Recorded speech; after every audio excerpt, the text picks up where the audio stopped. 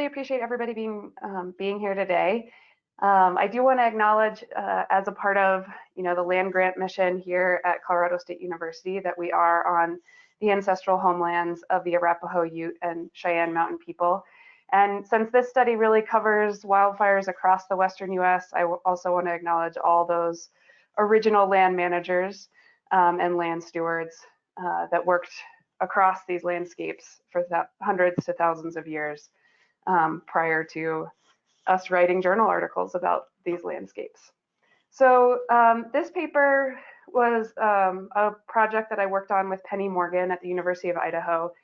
And it really was born off of the idea and the concern about what tree regeneration is looking like after these large fires that we're having across the western US. And I know many of you have probably been in many a talk that talks about how the size of large fires is increasing, or perhaps the proportion of high severity has increased and things like that. So I'll skip over that kind of idea. But really in this talk, what we're worried about is after you lose that overstory, those overstory trees, whether it's in a really large fire of hundreds of thousands of acres or a 100-acre fire, what can you expect on that recovering landscape? And I think, for many years, there was an expectation that forests are going to come back after fires. These are a couple of pictures from different sites that I've worked in. The picture on the left here is an area that burned 1 year after, or this picture was taken 1 year after the fire burned. And so you wouldn't expect to see trees coming back.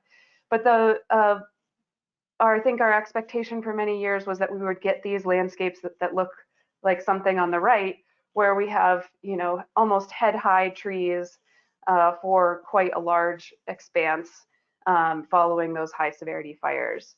But there's been kind of this growing body of evidence that there's a lot of areas that look more like these two pictures. And the picture on the left is from near the Salmon River in Idaho. And you can see that this fire burned at least 5 years before this picture was taken, and you can't see any trees coming back, even though you can tell from those standing dead trees that it was a forest before. And then the picture on the right is from the Hayman fire, which is here in Colorado and burned in 2002. And you could see this really large expanse of treeless areas. And this picture was taken this past year, so 20 years post-fire or 18 years post-fire. We're not really seeing very large amounts of tree regeneration. And so I think that has been a concern for many people as we deal with these more and more burned landscapes, worried about whether or not they're going to come back as forests and what we can do to help facilitate that. And so that led to this kind of desire to synthesize the literature that's out there right now. This was a review paper, and so I'm going to be talking about a lot of work that really expands or has the extent across many ecosystems and conifer forests across the western US. But we wanted to see, to what extent is the literature showing that we have a decline in natural regeneration or have low densities? What causes are attributed to these low regeneration densities? What can we say? Why are these areas not regenerating when we see that? And then what are the ecological and management implications of this? And so this was a combination, like I said, of a review of the literature, but also kind of to get at this last question, we did some workshops with managers, really primarily in the Northern Rockies, where we had a lot of data to kind of talk about what these natural regeneration patterns are that we're seeing and how we think that might influence the planted regeneration and how to include some of these factors that we're finding into planting guidelines. So I also want to acknowledge that this paper was published in 2019, and this is really a field that is kind of blowing up in terms of the amount of literature out there and the amount of people who have looked at this in the last couple of years. And so this was just a quick screen grab of the papers that would have been included from just 2000 and later. And of course, this isn't extensive, but this was, in a quick Google search I did yesterday, the ones that I know would definitely still be a part of this or would have been a part of this paper if we were doing this review today. And so I don't think the major findings or implications that I'm going to be talking about has changed, but I think it's important to acknowledge that this is really a growing field and there's lots of new and emerging research on this. And I'll try to do my best throughout this talk to kind of capture both the data we have already and the data that's coming, or the data that has come since this paper was published. So to give you a little visual of the papers that we synthesized, this is kind of a map of the Western US where we had papers and the fires that they represented. So as you could see, we have pretty good representation across the Western US.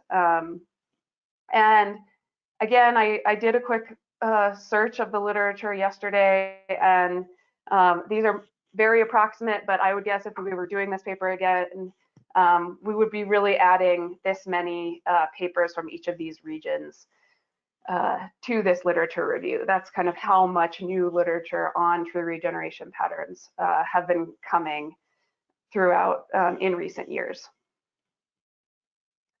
All right, so to answer this first question, to what extent do recent studies of post-fire tree regeneration indicate patterns of low tree regeneration density? So basically, where are we seeing what some might call regeneration failure, or where, if you're worried about silviculture, where you're not seeing high enough stocking rates, things like that. And I think when Penny and I went into this review, we really wanted to get a nice number that said, X number of studies showed a lack of tree regeneration on X number of sites.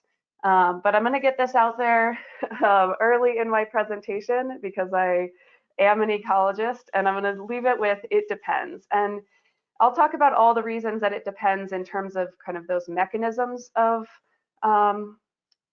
importance, mechanisms controlling tree regeneration that was found throughout the literature. But I also want to acknowledge that this also depends on how each researcher studied these different patterns of regeneration. It's really hard to compare when you have different plot sizes and different ways of presenting the data. And so I do want to acknowledge that, this really, to get a great answer to this question requires a much more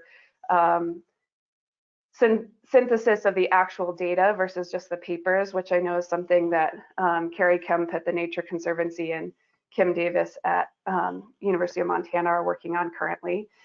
So, so that's one of the things I think that really plays into this, it depends. And the other is that even if you have very little tree regeneration, there were no studies that we looked at that had zero tree regeneration on all the sites they looked at.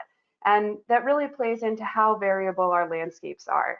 And, even in very large fire footprints where we wouldn't expect to see a seedling in a large high severity patch, there's often one if you scour that entire landscape. So you can never say that there's absolutely no trees out there across an entire fire or ecoregion or whatever it is. So I just want to acknowledge that before we move on to those factors that might be controlling some of this variability. All right, so the major influencing factors kind of across this literature, and I think these still very much hold true today, are distance to seed source, topography, and other competing vegetation. You could get, some studies went all the way down to kind of the microsite or site level conditions that might be influencing tree regeneration. Things like repeated disturbances had an impact on how forests were recovering. And then this kind of growing, exponentially growing body of work on how climate change and climate itself is influencing tree growth and tree establishment. So to dive into a couple of these, distance to a living tree or to a seed source was one of those factors that was really prevalent across the most amount of literature out there that we synthesized. And you can imagine, if you see this picture on the left, that if you're in the middle of this really high severity patch with not a single tree, this is a 18 square mile high severity patch. If you're in the middle of that, you're probably not going to be likely to have natural seeds fall onto that landscape. And this is something that many researchers have found. This is a figure that was republished by Coop et al. In 2020, but is originally from Kimberly Davis, I think in 2019. But many studies have shown this kind of similar graph or figure where you kind of exponentially drop off in the number of trees that are establishing the farther you get from a living tree.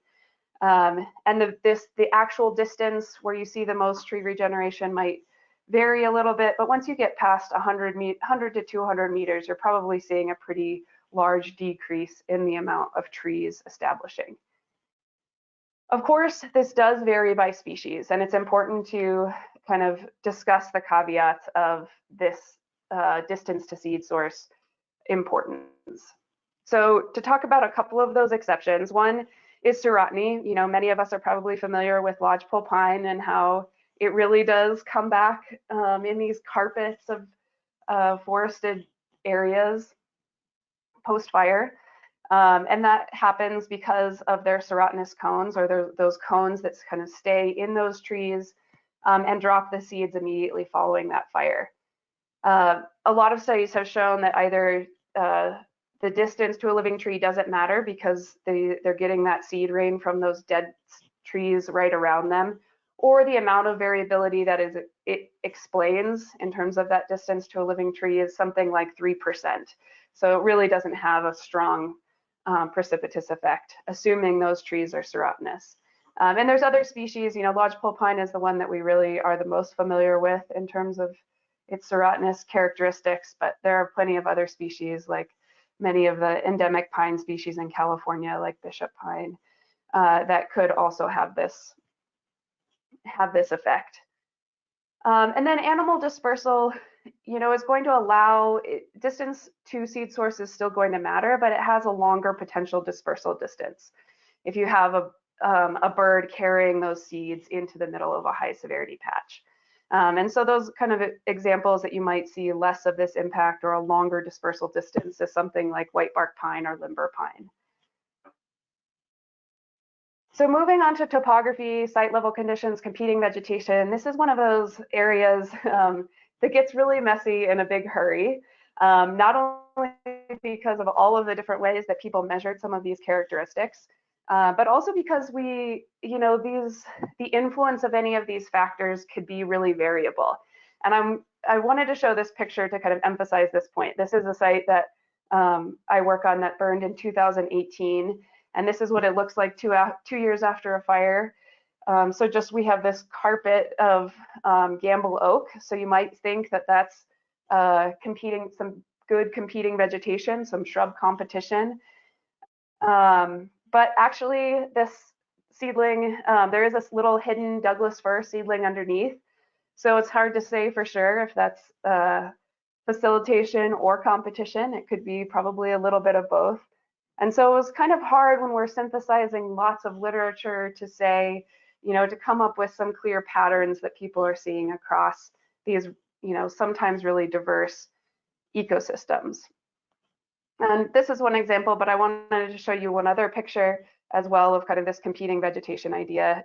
You could see the orange vest in the background there of my field tech standing amongst almost head-high shrubs. And in that case, we would expect that we're probably dealing with a decent amount of shrub competition for any of those seedlings that are still only a few inches high or tall in that landscape.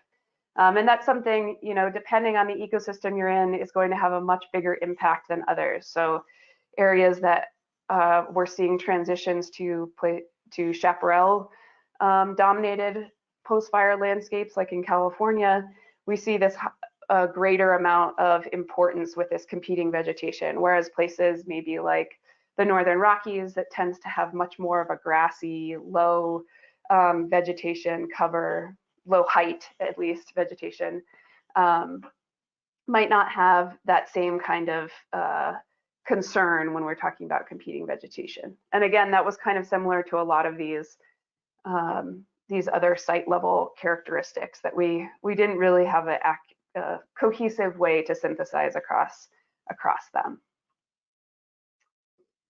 So moving on to things like repeated disturbances.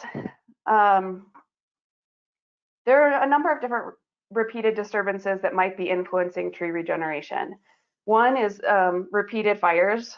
So in these two pictures, these are areas that burned in a relatively short time window. And this might really matter, especially if you have like this picture on the left that's primarily burning through regenerating forest and down logs, that those trees are not old enough yet to have cone production. And so even if, in this case, this is a lodgepole pine regenerating forest, but those trees aren't old enough to have cones that are going to kind of repopulate and reseed that landscape. And the picture on the right is actually from Canada in the Boreal, where, similarly, there is really abundant early post-fire tree regeneration. And then over time, if you have another fire in quick succession, perhaps you see this transition where it's really hard to get the reestablishment of a forest, even if it was regenerating fine after the first fire. And that really gets into, what these fire regime cycles looked like historically versus how they're changing currently. And it also really depends, I think some of the papers that we synthesized really focused on that if you had some living overstory, a lack of tree regeneration might actually be beneficial for that landscape, right? You're removing a thick fuel layer with repeated fires that you might not get rid of after a single fire. But when you're looking at these kind of landscapes, like the picture on the right, where you have 100% tree mortality for quite a large patch, that's where we start to get concerned. So it's important to differentiate those a little bit, scale and overstory tree mortality, as whether or not you're concerned about that regenerating forest. There was also a number of papers on bark beetle outbreaks and fire.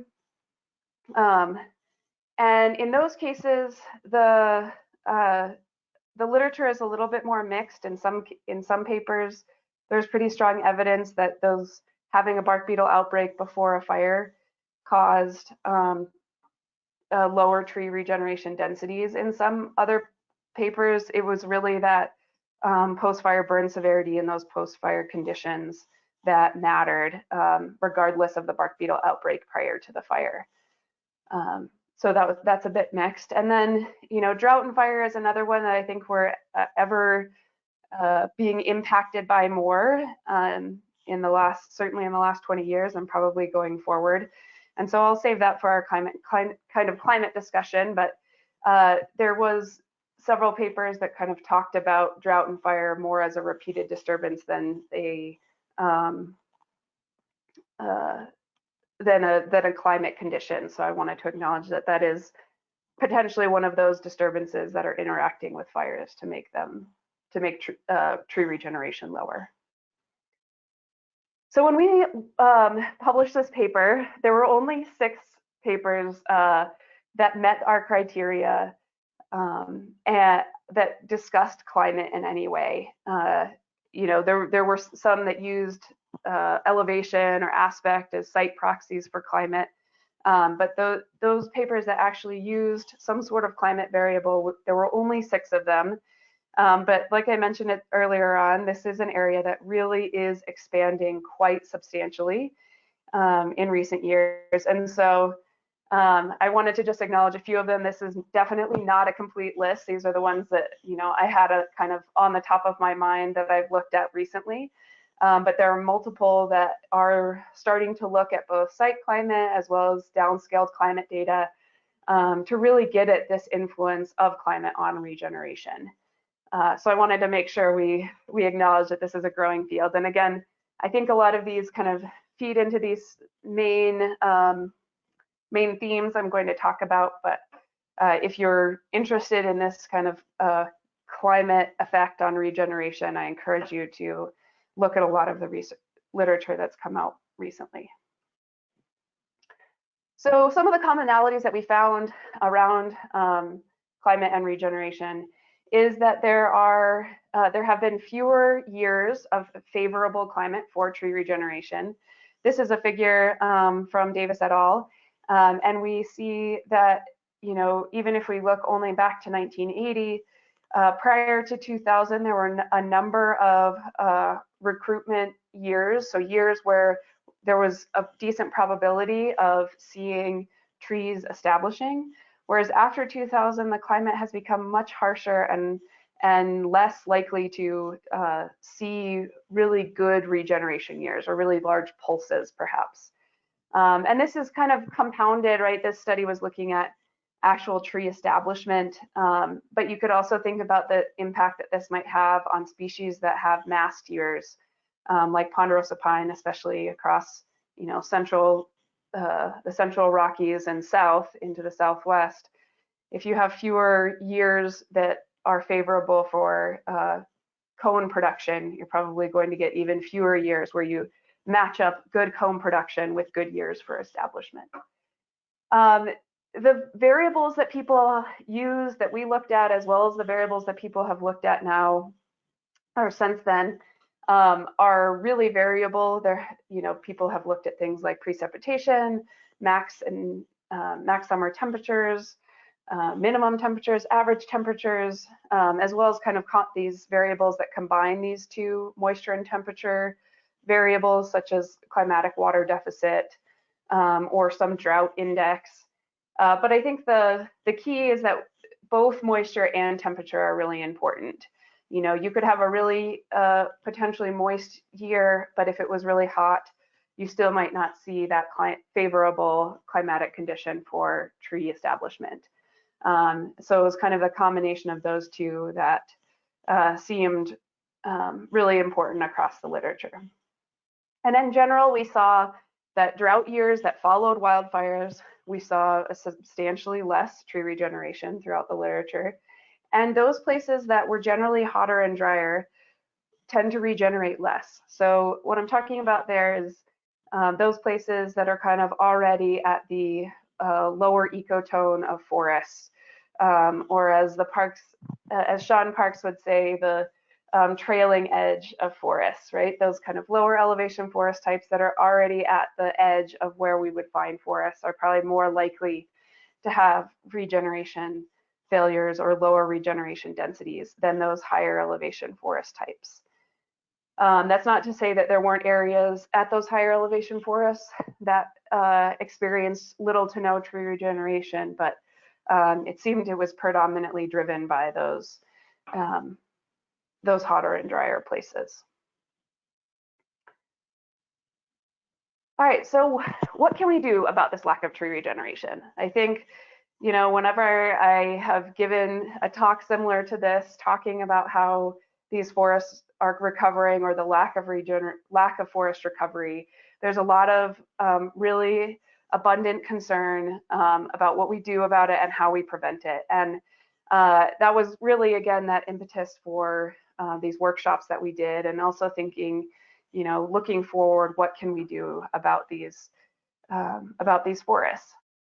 So, I could stand on my soapbox and talk about lots of different ways that we should be better at managing burnable landscapes, and probably many people on this call would be more qualified to talk about many of those. So I'm going to just stick with the ones that relate specifically to how we get trees back on the landscape. And I think what we came out of our workshops about were really how we adapt those post-fire management strategies. And one of the big things was a better consideration of future climate. Many planting guidelines still in place right now have used climate data or provenances that were established from the 70s or 80s. So we're not really even thinking in those guidelines, we're not really even thinking about the climate of today, let alone the climate of the next 20, 30, 40 years. And then I think one of the big things that we need to grapple with is the consideration of alternate species or different provenances, perhaps that these trees are coming from if we want to do planting. Because I think, ultimately we're really talking about the human desire for these places to continue to be forests. And if that's the direction we're heading, then I think we need to be creative on how to do that. and grapple with those tough decisions on where and why we should do that. So from these management meetings, we came up with kind of this decision tree of thinking about climate a little bit more robustly early on in your decision-making process, right? We have limited resources that we are using to try to get as many trees to establish on that landscape if we're doing planting efforts. We never have, no federal or state land management agency has enough money to reforest all of those acres that have gotten become unforested because of fires every year. And so trying to prioritize those places where you're going to have the best likelihood of success was really the goal in creating this. And this is much more of a higher level decision tree. You know, it doesn't get down into the weeds of if you're in this specific place, what you should do, but rather those kind of considerations about how to incorporate some of these factors that we found is important across the literature. And you'll see things like distance to live trees here, and that's because, you know, if we're down to those limited resources, maybe we don't need to plant really close to a living trees or a low severity burned area, because hopefully there'll be some natural regeneration or sufficient natural regeneration, and we can prioritize those areas that are perhaps much farther from a living tree. So I won't go into this in depth. If you're interested in the way this was created and some more information on this, please see the paper. But I just wanted, you know, to kind of show you some of the ways that we thought about including these really important factors that we found into our decision-making process. And I think one of the really important things that we need to consider and think about going forward is not planting trees for this year, but we're planting trees for a future forest that will hopefully regenerate on its own. And that requires us to be more creative about where those trees come from and what likelihood of success that they have. Because, you know, what we're really seeing across this growing body of literature is that those trees that are there right now may not be, they established in a very different climatic period than the climatic period we're in right now, and they might not be the best suitable for the coming years. So I think it's really important for us to not think about even just what will survive today, but rather what will survive into the future. So with that, I went a bit quick, but hopefully there's lots of questions. I'm happy to answer any. I do want to acknowledge that this was a collaborative effort. Jared Blades was our social scientist that helped us lead these management workshops, and Carrie Kemp was a part of this joint fire science program that funded this work. And then, you know, this was, I was just presenting a review, and so really all of the work, the hard work that goes into working in post-fire landscapes went into all of those researchers who went out in the field and did this data collection. And I want to acknowledge all of the land managers who are working in these landscapes and trying to improve how we manage those post-fire landscapes. All right, thanks a lot, Camille. That was an awesome presentation, and that last picture is pretty cool. We're going to go ahead and move into some questions. Again, if any of you have questions, please type them into the questions box or the chat box, either one on your control panel. We have one right now going back to the beginning of your presentation. What accounts for almost no studies shown for the state of Utah? That is a great question. I don't know. I know there are a couple fire scientists in Utah that either have in the last year or will in the next couple add to that data set. I found that really strange, and I even did, you know, a subsequent search to try to get in information, or, you know, try to see if we had missed something in our initial searches, and there wasn't a whole lot. I think part of it might be that where those fires are kind of at the edges of the state, or some of them are, and so they might have been incorporated into a study that looked at some of those other states as well. All right, thanks. You did an amazing job of laying this information out because we're not seeing a lot of questions. But I have one personally. Did you find any papers or data that looked at the patchiness of regen and how that could be, in some cases, a benefit to the future structure of the forest? Yeah, there are a few papers that looked at the patchiness. It's one of those things that is really intensive to do well. There are a couple really great papers that actually did 4-hectare stem mapping plots of every tree seedling in those entire 4-hectare plots. And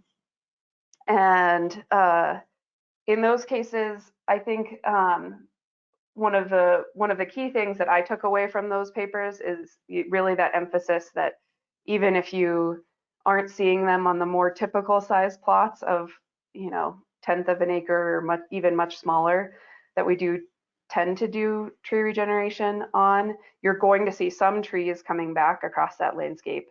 And I think that, yes, there is, the patchiness could mean a lot of good things for that forest down the line if we have some tree regeneration, but we're seeing it in pockets and maybe opening up that ultimately that landscape is going to look more perhaps like it did historically with openings and tree clumps and things like that. But I don't think that's really, I think that would require some tracking of those tree seedlings through time to see if like that clump of 5 that was in a larger area of no trees, if those survived, kind of thing, long term. But I think you bring up a good point that in some cases a lack of tree regeneration is not bad, right? We're having these kind of competing thoughts and ideas where these forests are overstocked and overly dense because of, in many cases, because of fire suppression over the last 120 years.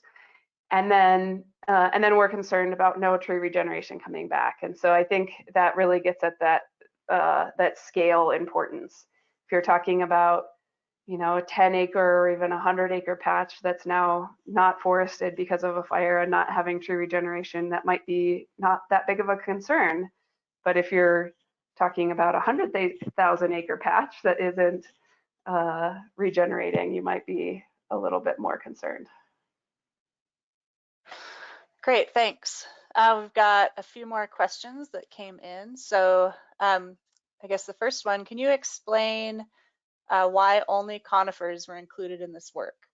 This attendee is interested in aspen colonization. Yeah, so I would say that some aspen were probably included in these studies because some of these studies just gave a seedling density or tree regeneration count that wasn't differentiated by species. So I can't say for sure that aspen was excluded. What we really wanted to do though was focus on conifer dominated forests. So I think there was a desire to differentiate between those trees that were establishing from seed, which might have a very different kind of requirement than those establishing from a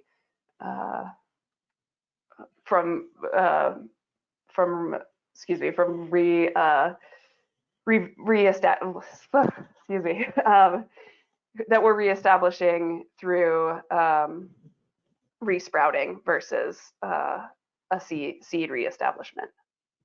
So I think that was kind of the big desire to not focus on resprouters.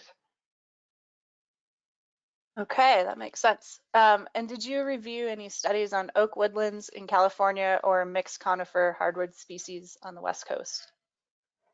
No, we didn't. We really, we kind of limited it again to those conifer forests.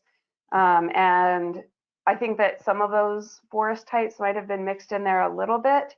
But I think for the most part, it was, like a lot of those studies from California were from the Sierra Nevadas, not from the coast. And then a lot of the studies from Oregon were more on the drier forest type side, like in the rain shadow on the east side of the Cascades. Okay, thanks. These two questions are kind of related, so I'll try to combine them, and I guess they're related to what you were talking about earlier with my question as well. But did any of the studies look at growth or spatial arrangement, recruitment rates into saplings of planted seedlings versus natural regeneration? And did you find any information about historical regeneration rates? Yeah, so we didn't look at any planted seedling studies for this review. So that we only looked at natural regeneration, so I don't have growth information for you. We did, I know that there are the data sets out there that have growth data in it, and there were some that we synthesized in this review, but we didn't really have enough on growth itself for, kind of for the review level of analysis. It was like one or two papers had information on growth, either because they destructively sampled the seedlings or maybe measured it a couple years in a row, kind of thing. Can you repeat the second part of the question? Yeah, the second part of the question was looking at, did you come across any information about historical regeneration rates and how regeneration failure might still fit into the historical range of variability? Yeah, so that's a great question.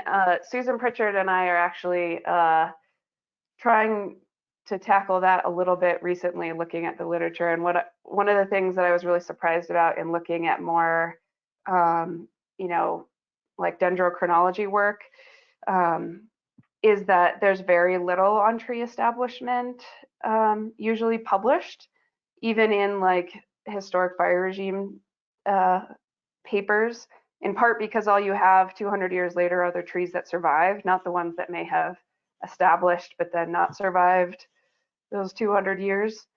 So there are a few out there. I'm not saying there aren't any, but it's variable. Some of the papers that I can think of off the top of my head that did a pretty good job at trying to answer that question is that it was climate driven historically too, and it was climate driven both in having cool, moist years, and this is for ponderosa pine, cool, moist years for tree establishment, but also those cool, moist years prevented kind of wide, expansive fires historically, and so that allowed some of those trees to make it into the overstory rather than establishing and then being killed by a subsequent fire a couple years later.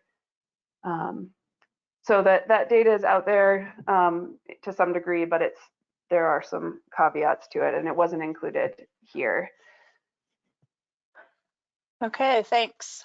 Do you have any plans, or I guess do you know of any research that is looking at Earth observation data or techniques, maybe imagery or some sort of satellite data to assess over time tree regeneration or tree regen over time? Yeah, I don't. I'm probably not the most informed person. There's probably others on the call, and maybe you could type it in the chat if you have a better answer for this. I know of people who are starting to experiment with things like drones to see if you can get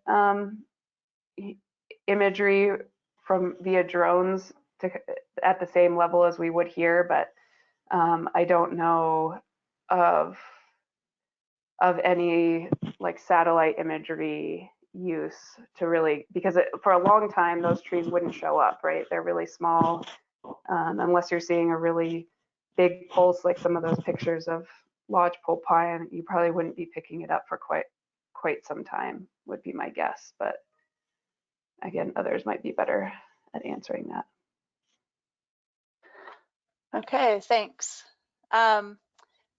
So we have a question about post-fire soil erosion control strategies and whether you came across any studies or data that looked at the effects of these post-fire management actions on natural regeneration. Yeah, I didn't. I can't think of any studies that I know of that really looked at that very well. And I think part of the reason for that is that those post-fire erosion control measures are done, really shortly after a fire, whereas a lot of these natural regeneration studies are done, 5, 10, 15 years or even longer post-fire. And so sometimes it's hard to get that data. And a lot of times these studies really wanted to look at kind of those natural processes, and so would have excluded areas that had some really active or aggressive post-fire management treatment. So I don't know of many studies, at least on the longer time scale, that looked at tree regeneration in relation to things like seeding or mulching or something like that. Okay, thanks. Well, we have time for just a few more questions, and then if there's some lingering, we can do some follow-up emails as well. But have you done any research, or do you know of any research that is related to how well tree regeneration is occurring in post-clear-cut harvest blocks from the last few decades? Yeah. So like areas that kind of did salvage logging, I'm guessing, like post fire that were then clear cut, or areas that had just clear cut. The question doesn't specify. I don't know if the attendee who asked this question would like to clarify in the chat box, but this just says clear cut, post clear cut, so Okay. may not be Yeah, so necessarily that's post definitely fire. not my area of expertise if it's without fire first. There are multiple, like lots of literature in the silviculture world that I think it's definitely out there that could answer that question if you're concerned about just areas that have been clear cut. On the salvage logging side, there has been a lot of research, or some research on how salvage logging after fires impacts tree regeneration, and some of the most famous work on that is Dan Donato's work in Oregon, and it was pretty strong evidence that it reduces natural tree regeneration, especially because again that's kind of that compounding effect, though it's a little bit variable again depending on forest type or ecosystem, as well as like the way that you the logging methods can be really important as well. Okay, thanks, Camille. We've got a couple of questions related to climate, so that'll be interesting. And considering future climate conditions, should land managers be thinking of assisted migration during reforestation planning? Yeah, this is a hot topic, and I don't have a great answer for you, but I think if what we want is forests back on those landscapes that were forest historically, I do think that we are going to have to start experimenting with things like assisted migration. We're in a period of rapidly changing climate, and I don't think we're going to be able to stand by and let these ecosystems naturally rearrange themselves if what we desire from a human perspective is a forest continuing to be there. So that's my stance, and I think there's lots of ways that we could do it or experiment with doing it that wouldn't be so far out of the realm of possibilities or current conditions. And I'll give the example of here in Colorado, we have spruce fir forests at about 10,000 feet elevation. But there are logs on that landscape that have been dated and genetically determined to be ponderosa pine that established 1,000 years ago. And so some would call that assisted migration if we did that now, moving the ponderosa pine that's now at 7,000 feet all the way up the hillside. But if that mirrors more of the climate that we're moving towards, I don't see that as necessarily being too outside the realm of possibility, since that has happened and been that forest type in the past. Okay, thanks. And then I guess on the flip side of that question, with drier conditions being more prevalent in recent decades, do you have any explanations for downslope conifer expansion, particularly Douglas fir? I don't have a good answer for that. Again, I'm sure that there are others who have kind of looked at those mechanisms a bit better. We do know that in, over the last 100 years, have been a lot of downslope expansion. I think in some places, like with Douglas fir, that downslope expansion might be more contributing, more be a result of a different disturbance regime, and that they may have been able to occupy those areas in the past as well, if we didn't have such frequent fire regimes. But with that being removed, they might still be able to occupy those areas. Okay, thanks. This is more of a comment. Are you aware of work being done by the Inland Empire Tree Improvement Cooperative to develop climate-based seed transfer models for several species in the Northern Rockies? The models have potential to identify current seed sources for planting that would be compatible with future climate scenarios. And I don't know if you have any comments on that. Yeah, I wasn't aware of that specific effort. I think that sounds really important and fascinating. I know there are multiple researchers as well who've come out with better, more, useful kind of on the ground models for planting guidelines, in different regions. There's now one here for Colorado, or in the works in Colorado, as well as California, and I think the Northern Rockies, kind of thinking about that same idea of seed zones, the movement of seed zones, and reforestation in that way. But that's great. I'll have to check that out. Thank you. Okay, and I think we'll go ahead and end on this question. I know we have a few more minutes until 11 o'clock, but I think you've been answering a lot of really good questions for a while. So for the sake of Camille's ability to continue to think on this level, we'll get wrapped up.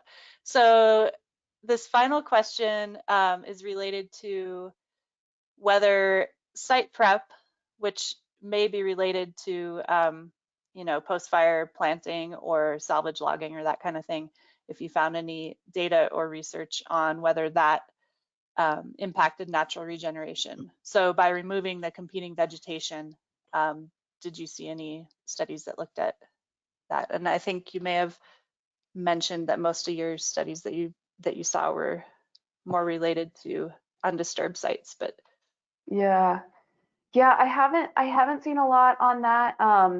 Certainly that wasn't a part of this review, because we were focused a lot of those studies, and there were some caveats, but a majority of those studies looked at undisturbed post-fire areas. I know that there is some work on that, especially in like California, to try to get chop down some of those really strongly competing shrubs coming back for site prep, especially for planting seedlings. But I think they've had some success with that, especially if you're, oftentimes you might not get out for planting in that very quick short post-fire period. So if you're out there doing it 5 years post-fire, you really have to do significant site prep to knock down some of that competing vegetation. But I can probably refer the person who asked that question to some literature on that if they want more information. Great. Yeah, I'll go ahead and make that connection after the webinar. Okay, I think with that, we'll wrap up the Q&A and get going here. Thanks again, Camille, for the wonderful presentation, and also the Association for Fire Ecology for the partnership, and all of you for being here today.